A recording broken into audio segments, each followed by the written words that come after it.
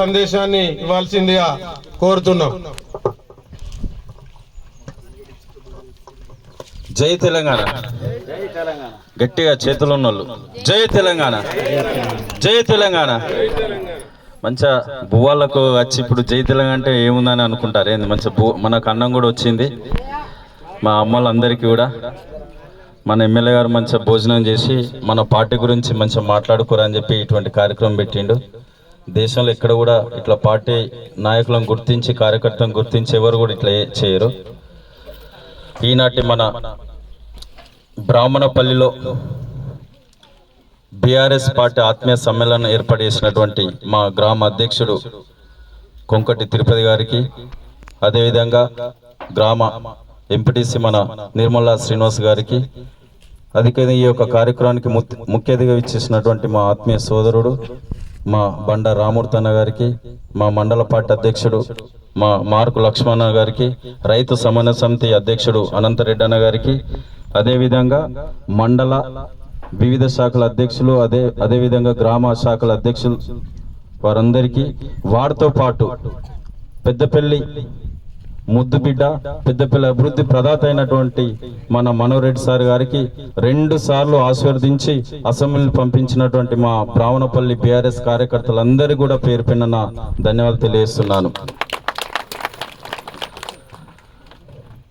ఇప్పటిదాకా మన గ్రామస్తులు వాస్తవానికి వేరే వేరే గ్రామాలలో పోయినప్పుడు అందరూ కూడా చిన్న చిన్న అట్లా మాట్లాడేటోళ్ళు, కానీ ఇక్కడ మైక్ ఇస్తే గంటల కొద్దీ మాట్లాడేటువంటి నాయకులు మాకు దొరకడం, మా పార్టీలో ఉండడం మాకు చాలా అదృష్టం. ఉద్యమకాలు కావచ్చు, గతంలో భూమి కోసం భక్తి కోసం పోరాటం చేసినటువంటి మన సాయుధ పోరాటంలో ఉన్నటువంటి కొంతమంది స్మరించుకోవడం కూడా ఇలా చాలా సంతోషం. ఈ గ్రామంలో తెలంగాణ ఉద్యమం ఒకవైపు నడిచినప్పుడు సాయుధ పోరాటం దానికి కంటిన్యూషన్ చేసి వాళ్ళు మనం తెలంగాణ సాధించుకున్నాం. అటువంటి స్మృతులు గుర్తేసినటువంటి మా బ్రాహ్మణపల్లి స్పీకర్లకు కూడా పేరు పైన ధన్యవాదాలు తెలియజేసుకుంటాం. అన్న చాలా చైతన్యవంతమైన గ్రామం మన బ్రాహ్మణపల్లి. ఎందుకంటే ఎన్నో పోరాటాలు చూసిరు మీరు, నక్సలైట్ పోరాటాలు కావచ్చు, తెలంగాణ ఉద్యమం కావచ్చు, పక్కకే ఉన్నటువంటి ఏ పిలిపించినా మన కేసీఆర్ గారు అప్పనపేట మీదుగా మన కుమరన్న నాయకత్వంలో కావచ్చు, ఇక్కడ ఉన్నటువంటి చాలా మంది నాయకులు ఉన్నారు అప్పుడు పోరాటం చేసి, వాళ్ళ నాయకత్వంలో తెలంగాణ కోసం, మన ఆత్మ గౌరవం కోసం, మన స్వయం పాలన కోసం, మన నీళ్లు నిధుల కోసం ఎప్పుడు కూడా మన కేసీఆర్ గారు అక్కడ పోరాటం చేయమని చెప్తే అన్నం తిన్నారో అటుకులు బుక్కిరో అందరు కూడా రోడ్డు మీదకి వచ్చి జై తెలంగాణ నినాదాలతోని మనం అప్పుడు కొట్లాడినాం. కాబట్టి ఇలా తెలంగాణ వచ్చింది. ఇలా మన పార్టీ, మన ఇంట్లో పార్టీ, మన తెలంగాణ రాష్ట్ర సమితి పార్టీ. మరి పార్టీ వచ్చింది. ఏదైతే మనం అనుకున్నామో ఇప్పటిదాకా మా అన్నలు కావచ్చు, మా గ్రామస్తులు, మా బ్రాహ్మణపల్లి గ్రామస్తులతో పాటు నాతో పాటు వచ్చిన మా మండల నాయకులు అందరూ కూడా మన రాష్ట్రం ఏం చేస్తుంది, మన తెలంగాణ ప్రభుత్వం ఏం చేస్తుంది, మన పథకాలు ఏంటి, ఇవన్నీ కూడా మీకు అన్ని కూడా వివరించారు. మీరు కూడా చూస్తారు. మన ఊళ్ళో ఏ గ్రామమైన ఒక హనుమాన్ కూడా అయితే ఉండదా? ఉంటది కదా. అట్లనే కూడా ఇలా తెలంగాణ రాష్ట్రం వచ్చిన తర్వాత మన కేసీఆర్ గారి నాయకత్వంలో ఏ విధంగా అయితే ప్రతి గ్రామంలో హనుమాన్ గుడి ఉంటుందో అదే విధంగా ఇలా గడప కూడా మన సంక్షేమ పథకం కావచ్చు, మన అభివృద్ధి పథకం కావచ్చు, ఏదో ఒక రూపంలో ఇలా మన తెలంగాణ ప్రభుత్వం అందిస్తుంది. అటువంటి ప్రభుత్వం మన బీఆర్ఎస్ ప్రభుత్వం. ఇలా గల్లెగిరేసుకొని చెప్పుకోవచ్చు, మా పార్టీ చేస్తుంది, ఇలా మా పార్టీ మా రైతన్నలను కాపాడుకుంటుంది, మా పార్టీలో ఆడబిడ్డ పెళ్లి చేస్తే 1,10,000 రూపాయలు ఇచ్చి ఒక మీనమా లెక్క, ఒక పెద్దన లెక్క ఇవాళ మా బీఆర్ఎస్ పార్టీ మా కార్యకర్తలకు కావచ్చు, మా ప్రజలకు కావచ్చు అండగా ఉంటుందని చెప్పి మనం గట్టిగా కాలరేసుకుని ఎగరవలసినటువంటి పార్టీ మనది. ఒక రాష్ట్రాన్ని తీసుకొచ్చినటువంటి పార్టీ మన బీఆర్ఎస్ పార్టీ. మరి అటువంటి పార్టీలో ఉన్నందుకు కార్యకర్తల్లా మన అందరం కూడా గర్వించాలి. మిగతా పార్టీ లెక్క ఒక్కడెప్పి 100 అబద్ధాలు ఆడేటువంటి పార్టీ మన బీఆర్ఎస్ పార్టీ కాదు. ఒక్కసారి ప్రజలు మీరు ఆలోచించండి.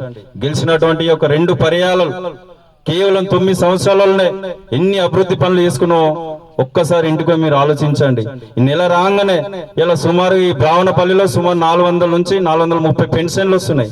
అంటే ఒక 8-9 లక్షల రూపాయలు నెల రాగానే మీ సెల్లులకు మెసేజ్ వస్తుంది. 2,000 3,000 రూపాయలు అట్లా. దాంతో పాటు వర్షాకాలం పడగానే ఏ సావుకారు దగ్గరకు దళార్ దగ్గరకు అప్పు తెచ్చుకోవద్దున్న రైతన్నలు అని చెప్పి స్వయాన రైతు బిడ్డ అయినటువంటి మన ముఖ్యమంత్రి శ్రీ కల్వకుంట్ల చంద్రశేఖరరావు గారు ఎకరాకు 10,000 రూపాయలు ఇస్తారు. ఏ రోజున మనం ధర్నాలు చేసినామా? మాకు 10,000 పెట్టుబడి కావాలని ఎప్పుడైనా మనం అన్నామా? 24 గంటల ఉచిత విద్యుత్ ఇస్తున్నటువంటి ప్రభుత్వం మన తెలంగాణ ప్రభుత్వం. ఇన్ని పథకాలు మనం తిని మర్చిపోతామా? ఇలా బ్రాహ్మణపల్లిలో ఏదో ఒక ఇంటికి పోతే ఒక పూట అన్నం తింటేనే చల్లగుండు బిడ్డ అని చెప్పి మనం ఆశీర్దిస్తాం. అవ్వలు కావచ్చు, ఎవరైనా కావచ్చు, ఇలా కడుపు నిండి అన్నం పెట్టిరు, చల్లగా ఆశీర్దిస్తారు. మరి అటువంటిది ఇలా మనం ప్రతి గడపలో ప్రతి ఇంట్లో ఏదో ఒక సంక్షేమ పథకం, ఓ కళ్యాణ లక్ష్యం కావచ్చు, సీఎం రిలీఫ్ ఫండ్ కావచ్చు, ఒక ఎల్ఓసి కావచ్చు, లేకుంటే ఒక కంటి వెలుగు ద్వారా మన కండ్లద్దాలు కావచ్చు, లేకుంటే ఇంకా పింఛన్ల రూపం కావచ్చు, ఇంకా రైతు బంధు ద్వారా కావచ్చు, ఆరోగ్య లక్ష్యం ద్వారా కావచ్చు, ఎన్నో రకాలైనటువంటి పథకాలలో ఏదో ఒకటి మన ఇంటికి వస్తుంది. మరి ఇన్ని చేస్తున్నటువంటి మన తెలంగాణ ప్రభుత్వాన్ని మనం ఆశీర్దించుకుందాం లేదా ఒక్కసారి మీరు ఆలోచించండి. వీటితో పాటు ఎప్పుడు కూడా మా కోరాన్ని ఇంతకుముందు అన్నాడు, ఎప్పుడన్నా ఎమ్మెల్యేని కలవడానికి పోతే ఓ కమాండర్ జీప్ ఆ నాయకుడికి మాట్లాడాలి, ఆ ఊళ్ళో సర్పంచ్కో లేకుంటే ఆ ఎంపీకి ఎవరికో. వాళ్ళు టైం ఇచ్చినప్పుడే మళ్ళీ ఆ టైం ఇచ్చినప్పుడు వాళ్ళని తీసుకుని హైదరాబాద్ పోయి మేపి వాళ్ళకి తృప్తి అయితేనే ఎమ్మెల్యేని కల్పించాయట. మరి వాళ్ళు అట్లుందా పరిస్థితి? మనకు ఎప్పుడు కూడా 24 గంటలు అందుబాటులో ప్రజలకు, ప్రజా సంక్షేమం కోసం, ప్రజా అభివృద్ధి కోసం తపన పడుతున్నటువంటి నాయకుడు మన ఎమ్మెల్యే శ్రీ దాసరి మనోహర్ రెడ్డి గారి నాయకత్వంలో మన పెద్ద పిల్లలు లేరు. ఒక్కసారి మీరు ఆలోచించండి. మన ఎక్కడ నుండి ఉన్నటువంటి నాయకుని మనకి ఎందుకు? లోకల్లో ఎప్పుడు కూడా ఉండేటువంటి నాయకుని మనం గెలిపించుకున్నట్లయితే సింగిల్ ఇప్పుడే అదే కోరన్న గతంలో ఎట్లుండి ఇప్పుడు ఎట్లుండి అని చెప్పిండే లేదు. ఒకసారి మీరు ఆలోచించండి. పొద్దులే షర్ట్ గిట 15 రూపాయలు 30 రూపాయలు అటు ఎక్కితే సార్ ఉంటాడు, అయ్యాకి ఇది అని చెప్తే ఇమ్మీడియట్ గా మనకు ఫోన్ చేసి మన సమస్యను పరిష్కరిస్తుండలేదు. చూడండి ఒకసారి. మన నాయకుల మధ్య చిన్న సమస్యలను ఉంటే మనం మాట్లాడుకుందాం. నాయకుల మధ్య ఏమైనా చిన్న పొరపాట్లు ఉంటే దాన్ని తీర్చిదిద్దుకుందాం. ఇది మన కుటుంబం, మన కుటుంబ సమస్య. మనం పెద్దాంశాల దగ్గర ఎట్లయితే కూర్చుంటామో ఆ పెద్దాంశాలకి ఇలా గ్రామంలో ఉన్నటువంటి అందరూ ముంగట మనం చేసుకుంటున్నాం. దయచేసి ఇది భవిష్యత్తు ఉన్నటువంటి పార్టీ మనది. దయచేసి ఎన్నో సంక్షేమాలు, ఎన్నో అభివృద్ధి ఫలాలు ఇస్తున్నటువంటి మన పార్టీ ఇది. మరి ఇటువంటి పార్టీని మనం గెలిపించుకుంటేనే మనకు భవిష్యత్తు ఉంటది. ఇవాళ ఎవరో కళ్ళబెల్లి మాటలు కావచ్చు, ఏదో మాటలు చెప్పడానికి ఇలా మన గ్రామాలలోకి వస్తారు. ఆ ఒక్క పూట, ఆ ఒక్క రాత్రి దయచేసి వారు చెప్పే మాటలకు మోసపోకండి. మోసపోతే మనం గోసపడతాం. మళ్ళీ ఇప్పుడే అన్న చెప్పినట్టు మా రాముడితో అన్న, ఒక్కసారి మనం తప్పుదారి వేరే వాళ్ళని గెలిపిస్తే మళ్ళా 15 సంవత్సరం మనకు వెనుక పోతాం. మనం వచ్చే పథకాలు వస్తే రావో తెలియనటువంటి పరిస్థితి మనకు ఉంటది. ఇంటికి ఒక్కసారి మీరు ఆలోచించి ఒక సరైన నిర్ణయం తీసుకొని రాబోయే కాలంలో కూడా ఇప్పటికే 2 సార్లు మీ బ్రాహ్మణపల్లి ఆశీర్వాదంతో 2 సార్లు ఎమ్మెల్యేని గెలిపించినటువంటి మీరు 3వ ముచ్చటగా ముందే మీ మెజార్టీ బ్రాహ్మణపల్లిలో అత్యధిక మెజార్టీతో మన ఎమ్మెల్యే శ్రీ దాసరి మనోహర్ రెడ్డి గారిని కూడా గెలిపించాలని కూడా ఈ సందర్భంగా నేను తెలియజేసుకుంటున్నాను. మిత్రులారా, ఎంతో మంది నాయకులు వస్తారు పోతారు, కానీ మన ఎమ్మెల్యే ఒక చదువుకున్నటువంటి విద్యావేత్త. మనకు ఇటువంటి నాయకుడు మనకు దొరకడం నిజంగా చాలా మనం పెంచుకోవాలని అనుకుంటాం మనం. ఎందుకంటే ఇలా ఎమ్మెల్యే గెలిస్తే పోయి హైదరాబాద్ లో ఉన్నటువంటి పరిస్థితి, ఎమ్మెల్యే గెలిస్తే ఎక్కడో ఉన్నటువంటి పరిస్థితి. ఎప్పుడు కూడా నిరంతరం ప్రజల కోసం, ప్రజల మధ్య ఉన్నటువంటి నాయకుడు మన ఎమ్మెల్యే దాసరి మనోహర్ రెడ్డి గారు. కాబట్టి ఒకవైపు కేసీఆర్ గారిని ముఖ్యమంత్రి చేయాలంటే మన ఎమ్మెల్యే గెలుచుకోవాలి. కాబట్టి రానున్నటువంటి రోజులలో ఇప్పుడు మనకు ఎలక్షన్స్ ఏం లేవు, ఇంకొక 4 నెలల తర్వాత వస్తాయి. ఇప్పుడు ఎలాంటిది ఏమైనా ఉన్నా కూడా మా గ్రామంలో ఉన్న నాయకులకు చెప్పండి. వారితో పాటు మేము, మాతో పాటు ఎమ్మెల్యే దృష్టి కూడా తీసుకుపోతాం. ఇంతకుముందు మా ఒక ఆమె ఎవరో నా పింఛన్ తీసేసి పాపం బాధపడుతుంది. కొడుకు నౌకరున్నా లేకుండా 10-15 ఎకరాలు భూమి ఉన్నా కూడా అటువంటి వారికి పింఛన్లు వస్తలేవమ్మా. ఒకవేళ కొడుకు భూ ఎడతలేడు అది అని చెప్పి మీరు ఏమైనా చిన్న కంప్లైంట్ ఇచ్చినైతే ఖచ్చితంగా మళ్ళీ మీ పెన్షన్ మీకు వస్తుంది. దయచేసి మా గ్రామస్తులు కూడా ఏ పథకానికి ఎవరు అర్హులు, ఏ పథకానికి ఎవరు అర్హులు అని కూడా వాళ్ళకి ఎక్స్ప్లెయిన్ చేయండి. ఎందుకంటే కొంతమంది ఏం చేస్తారంటే, ఇంత మంచి ఉన్నటువంటి యొక్క కుటుంబాన్ని కొంతమంది ఏం చేస్తారంటే చెడగొట్టాలని చెప్పి వాళ్ళకు కళ్ళబొల్లి మాటలు చెప్పి ఇటువంటి సందర్భంలో పంపించి మనని ఏదో గాయగత్తర ఇద్దామని చూస్తా అంటారు. దయచేసి బీఆర్ఎస్ కార్యకర్తలు ఏదైతే మన బ్రాహ్మణపల్లిలో ఏ అయితే సంక్షేమ పథకాలు వస్తున్నాయో వాళ్ళందరికీ తెలియండి.